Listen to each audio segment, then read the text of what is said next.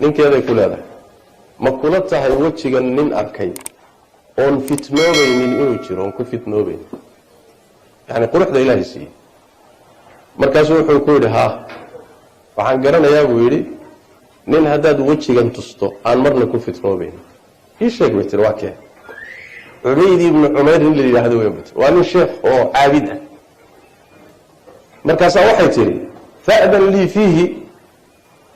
ii idan bay tidhi anaa fitnayni ii fasax ma isku dayaayo adiga ninkeedii waay ma ii fasaxaysa wuxuu ku yidhi kac soo fitnay haddaad kari karto yani qisadu waa cajiib nin xaaskiisii kule rag soo fitnee waa wax lala yaabo waay laakiin waxaan dhicin ma jiro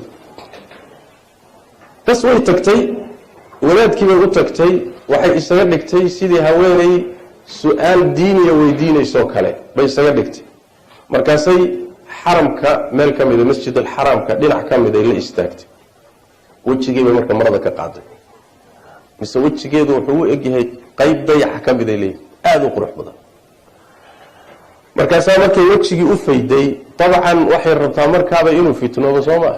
wuxuu ku yidhi yaa amat allah addoonta ilaahayey istatiri buu ku yidhi is-astur wejiga qari meeshay ka filaysay inuu kusoo boodo ama sheeko la bilaabo yaa wuxuu ku yidhi naa wejiga qari ilaahay ka yar markaasaa waxay ku tidhi qad futintu bika fandur fii amri warniyo waan kugu fitnoobay oo waa laykaa raaciye bal arrintayda dib u fuuri bay ku tiri bal ka baaraandag durbaha soo boodin islaam fitnaysanoo kugu fitnaysan baan ahaye bal arrinta dib u fiiri bay ku tiri markaasaa wuxuu ku yidhi waxaan su-aalaan ku weydiinayaaye runta haddaad iiga sheegto su-aashaan ku weydiiyaba arrintaada dib baan ka fiirin buuri codsigaaga waa tixgelin bal waan fiirin laakiin su-aashaan ku weydiiyaba runta iiga sheeg waayahay bay tiri wax kasta runtaan ka sheegi wuxuu ku yidhi haddii malakulmowd maanta kuu yimaado naftaada inuu qaadana uu rabo isagoo malakul naftiiba lagaa qaadiro malakulmowdna soo xaadiray ma jeclaan lahayd dantaada inaan kuu fuliyo jawaabtu maxay tihi maya waa runtaa buu yidhi su-aasha labaad ma jeclaan lahayd buu ku yidhi haddii qabriga lagu geliyo oo lagu soo fadhiisiiyo interviewgu iyo imtixaankiina kugu bilowdo ma jeclaan lahayd marxalada iyada ah waxaad iga rabto inaan kuu sameeyo ma jeclaan lahayd maya bay tiri waa runtaa buu yidhi wuxuu ku yidhi su-aasha saddexaad haddii dadka oo dhan diiwaankooda la wada siiyo adigana kaagii aan weli lagu siinin midig in lagaa siin doono iyo bidix in lagaa siin doonona aadan weli garanaynin meel lagu marin doono marxaladaa iyadaa ma jeclaan lahayd inaad dantaada kuu oofiyo xumaan kugu sameeyo maya bay tiri waa runtaa buy siraadka jahannamo korkeeda markii la marayo buy oodan ogeyn ma badbaadi doontaa mise jahannamaad ku dhici doontaa halkaa markaad marayso ma jeclaan lahayd in xumaanta aad samayso dantaada kuu dhammeeyo maya bay tiri waa runtaa buu yidhi markii aakhare inta la tago ilaahay la hortago laysxisaabinayo oo dadka acmaashoodii miisaanada la saarayo adigiina meesha aad taagan tahay camalkaaga miyaa ka xun miyaa xoogaysan doona mise midka wanaagsan aadan garanaynin marxaladaa iyadaa ma jeclaan lahayd inaan dantaada kuu fuliyo maya bay tiri wuxuu yidhi waa runtaaye fattaqi illaaha yaa amata allah faqad ancama allahu calayka wa axsana ilayka buu ku yidhi addoonta ilaahayey ilaahay ka baq ilaahayga quruxdan ku siiyey ixsaanka kuu sameeyey allahaa ka baq buu ku yidhi intaa markuu ku yidhi way laabatay ninkeedii bay u tagtay ayadoo soo hungowday oo waxay rabtay soo weyday bay soo noqotay markaasaa wuxuu ku yidhi maa sanacti ina maxaad samaysay waran maanta wixii aad u kacday ma soo heshay markaasaa waxay ku tihi anta bataal wa naxnu bataaluun waad ciyaaraysaa bay tii annaguna waan ciyaaraynaa bay tii waad kafta ciyaaraysaa bay tii meesha waxaan ugu tagnay waxaan ugu tegay wax caadi uma ahayn adiga aniga ciyaar baan ku jirnaa bay tii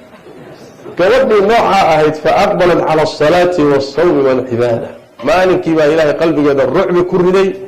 salaadii iyo soonkii cibaadadii marka ay isu taagtay ayay ku tagtay. ninkii isaga ahaa ee haweenta qabay ayaa marka wuxuu dhihi jiray maalii wali Ubayd ibn Umayr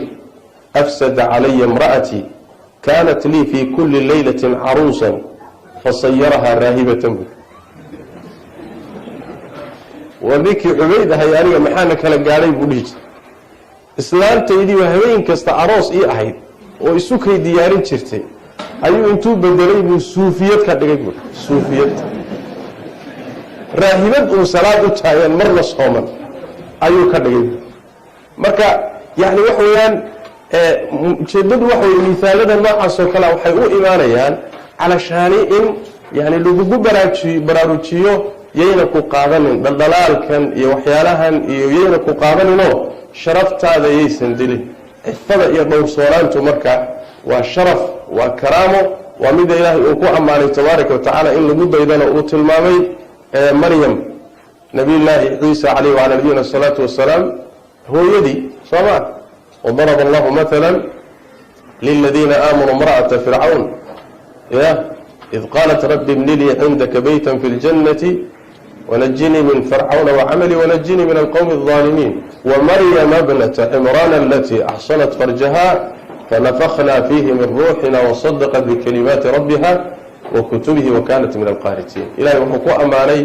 وآذي أبو الشرفي يضو الدولة أدنى إلى الحبن كذا ترنك حفظي أو أي إلى لسي أو أي أنشح إلى لسي تاسو إلهي أبو أماني إن لقد إذا لقد إذا إله تبارك وتعالى أوت المامي سيداس درادي دول العيال waxyaalahan ilaahay baa ina geliyey inaguna imtixaanay masaladan ogaada. doonitaankan adduunyada waa layna geliyey, shahwada waa layna geliyey, ilaahay baa inagu abuuray. hadduu ilaahay rabo tabaaraka wa tacaala shahwo la-aan buu ina dhigi lahaa, damca oo dhan baaba laynaga saari lahaa. bal adiga isweydii maxaa damacan laguu geliyey? waxaa laguu geliyey calashaani in lagu imtixaano. imtixaanka isagaa haddaad ku dhacdana natiiju leey shahaado lagu siin baa jirta.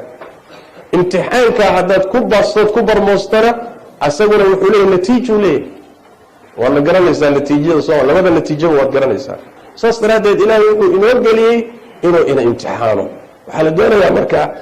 inaan imtixaankaa lagu dhicin sax ku dadaal in aad muxuu ahaayey aad ka fogaato waxyaalaha keeni kara oo ay ka mid tahay maalan ruuxa mar walba ishiisu inay xumaanta u furnaato. ishu waa sahan, waa sahanka zinadaa la yidhaahdaa ishu. oo ay ka mid tahay maalan ragga iyo dumarka ajnabiga kale ah inay isla cidloobaan. haddii nin iyo haweeney ajnabi kale ah keligood ay qol ku cidloobaan meel ku cidlaystaan, nabigu wuxuu yidhi sal lla ly slam shaytaan baa saddexeeya. laba baahan oo haddana shaytaan saddexeeya maxay kula dahay? soo isku qalqaalin maayo. sidaas daradeed shareecadu khalwada xarimtay laana wax weeye waa asbaabta keenta. waa asbaabta keenta waxaa ka mid ah in muxuu ahaaye owayahan aadka u badan xidhiirka macno la-aanta ah iyo sheekada macno la-aanteed dheer ee wiilasha iyo gabdhaha dhex maray, sheekadan iska socota ee haddana muxuu ahaaye aan lahayn muxuu ahay dawaabida sharciga aan lahayn, hadal dabacsan baashio iska socota, sawirada laysu dirayo. marmarka qaarkood walilasaf waxaan muxuu ahay ruux muslim oo iimaan le aada iyo aada ugu khadhaan oo marka qaarkood jidhkii qaawan laysu diro. jidhkii qaawan laysu diro in badan soomaalidu waxay yidhahdeen walba umilisay iyo walba nin weyn midinasay wuxuu ogyihiin uma sheegaan. laakiin qadaayaadkana maraya noo imaanaya dhacaya ee dhallinyarada dhex maraya social mediahu samaynayo muxuu ahaayey warbaahintani ay samaynayso fitnadan adduunyada hadda socota ay samaynayso xad mala. inta aan ka ognahay in badanoo ka midana waad ogsoontihiin. sidaas daraaddeed meelaha halista ah ruuxu inuusan isku gelin. naf baa kugu jirta, shahwaa kugu jirta, shaytaan baa kula xidhiidha, naf xunoo shaytaanadaa kula xidhiidha. waxaan kadaata marka wax wey ha ag wareegin. meesha beerta ninkii ag wareegaysta soo marka dambe daaqi maayo. soomali garan guurso. haddii aad aragto inaadan iscelin karin guurso. ilaahay tabaaraka wa tacaala dariiqaasuu baneeyey. Soomaaliga ilaahayna uu ballan qaaday in uu muxuu ahaayay u kaalmeynayo cidii guufsata laakiin fuxshiga ha ku dhicin faaxishada ha ku dhicin xumaanta iska ilaali jidkaaga dhowr asbaabtii aad ku ilaashan lahayd ku dadaal meelaha xunxun iyo waxyaalaha sababta u noqon kara kuu jiidi kara iska ilaali waxyaalo waaweyn baa ka dhalan karaya aakhirada iyo adduunkaagaba inaad seegto ayaa imaan karaya marka walaalayaal aan is ilaalino baahidana iyo sabab inoogu noqonin inaynu baktiga cunno yani wax weeye muxuu ahaayey duruuftayna haysatay ina sabab inoogu noqonin inaynu aakhiradeenna iyo adduunkeenna ku khamaarno hala is ilaaliyo oo sharafta hala ilaaliyo oo xishmada hala ilaaliyo oo xishoodka hala ilaaliyo oo muxuu ahaayey hala ilaaliyo anshaxa hala ilaaliyo khaasatan markaad qurbaha joogtaan wadamo meelahan oo kale aad ku nooshihiin yani waxa weeye mujtamacii iyo dalkii baad u tihiin muraayad u tihiin markaad qaab xun u dhaqantaan oo si xun u dhaqataan oo suurada baxaysa oo dalkeenni iyo dadkeenni iyo magaceenniba ka baxaysa suuro aada u foolxun waay suuro aada u fool marka magaca ilaaliya sharafta ilaaliya aakhiradiinana ilaashada adduunkiinana ilaashada ilaahay tabaaraka watacaala ha inoogu kaalmeeyo wixii wanaag iyo khayr allah inoogu kaalmeeyo shaytaanka iyo sharka iyo nafta iyo shahawaadkeedana ilaahay tabaaraka watacaala ha inaga xifdiyo ilaahayna tabaaraka watacaala wixii wanaag ha inoo fududeeyo intaas baan kelimadii kusoo gaabinaya. Assalaamu calaykum.